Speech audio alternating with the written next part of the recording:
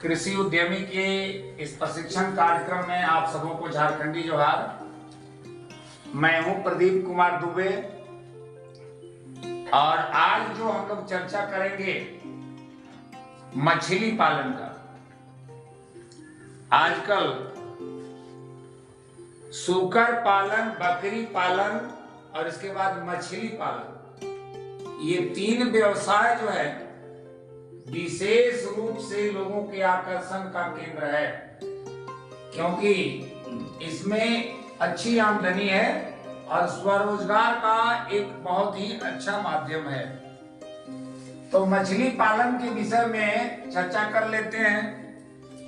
मछली पालन करने के लिए सबसे जो जरूरी चीज है वह तालाब है।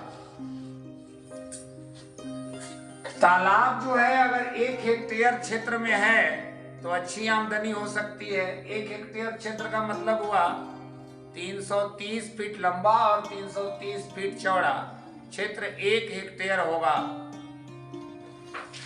गहराई 7 फीट सबसे बेहतरीन है।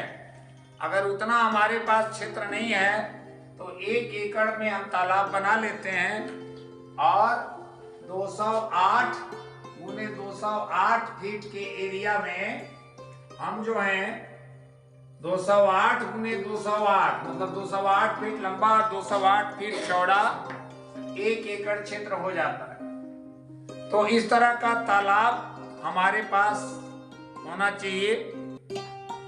अगर हमारा तालाब पुराना है तो तालाब में जीरा डालने के पहले कुछ काम हमको करना पड़ेगा। उसकी सफाई करनी पड़ेगी, क्योंकि तालाब में जलीय पौधे होंगे, जलीय जीव होंगे, उनको हटाना पड़ेगा। 1-1.5 महीना पहले इस काम को आपको कर लेना है। तो इसके लिए क्या करना है, 1 एकड़ के तालाब में 1 टन महुआ की खल्ली डालना है। 10 क्विंटल मतलब 1000 किलो महुआ की खल्ली। महुआ जो डोरी फलता है उस डोरी का तेल अलग निकाल करके जो बचेगा वो होता है महुआ की खल्ली। और इसमें 2 क्विंटल ब्लीचिंग पाउडर भी डाल देना है। 1 एकड़ के तालाब की हम बात कर रहे हैं। अब हम लोग जो मछली बीज जिसको जीरा जानते हैं, तो इसमें देसी में रोहू, कतला और मृगल है। 1 एकड़ के तालाब में 1200 रोहू अगर आपको डालना है तो 1200 संख्या अच्छा रहेगा। कतला डालना है तो 800, मृगल डालना है तो 800। और विदेशी मछलियों की जहां तक बात है तो सिल्वर कार्प, ग्रास कार्प और कॉमन कार्प है। तो सिल्वर कार्प जो है 400 की संख्या सफिशिएंट है, ग्रास कार्प 300 और कॉमन कार्प 500। अब हम लोग बात कर लेते हैं पोषण और आहार की।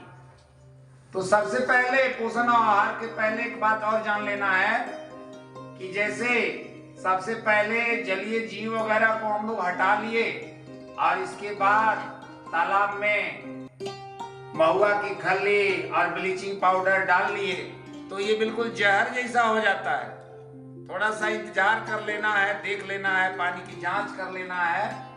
और ये काम 1.5 महीना इसलिए बताया है कि 1 महीना तक इसका असर रहेगा। तो पोषण और आहार में जो हम खाद का प्रयोग करने वाले हैं उसमें जीरा संचय के 20 दिन पहले हमको प्रति एकड़ 800 किलो गोबर डालना है तालाब में, मतलब 8 क्विंटल। 8 केजी डीएपी और 2 केजी चूना डाल लेना है। और हर महीना 4 क्विंटल गोबर, 8 केजी डीएपी और 50 केजी चूना डालते जाना, हर महीना में डालना है। तो इसके अतिरिक्त कृत्रिम भोजन भी डालना है।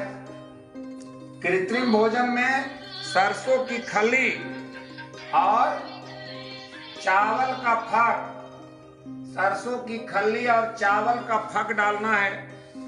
0 से 3 महीना का 0 से 3 महीने के समय में हमको 3 केजी सरसों की खल्ली और चावल का कूड़ा मिला के डाल देना है। 4 से 6 महीना अगर हो जाए, 3 महीने के बाद 6 महीने तक 5 केजी तक डालना है सरसों की खल्ली और चावल का कूड़ा, दोनों बराबर बराबर मिला के डालना है। और 9 महीना के समय तक ये बढ़ के 8 केजी हो जाएगा। सरसों की खल्ली 4 केजी और 4 केजी चावल का फक डाल दीजिए।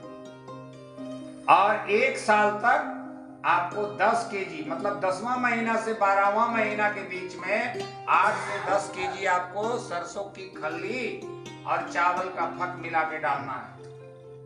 अब जो है कुछ और बातों को ध्यान देना है।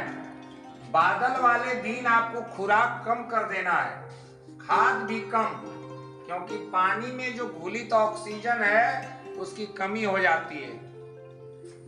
इसके बाद दूसरी जो ध्यान देने योग्य बात है, यदि पानी का रंग अधिक गहरा हो जाए तो 40 केजी प्रति एकड़ चूना का घोल आपको छिड़कना है और आहार बंद कर देना है, उस दिन नहीं देना है।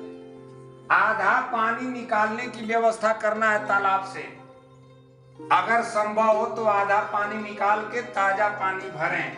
अगर संभव नहीं हो तो पानी को हिलाना है।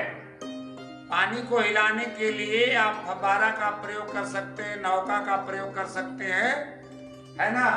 फव्वारा का मतलब जैसे पाइप डाल करके और ऊपर में फव्वारा निकाल दिए हैं और पंप सेट से चला रहे हैं, और फव्वारा से जब पानी गिरेगा तालाब के अंदर तो पानी हिलेगा।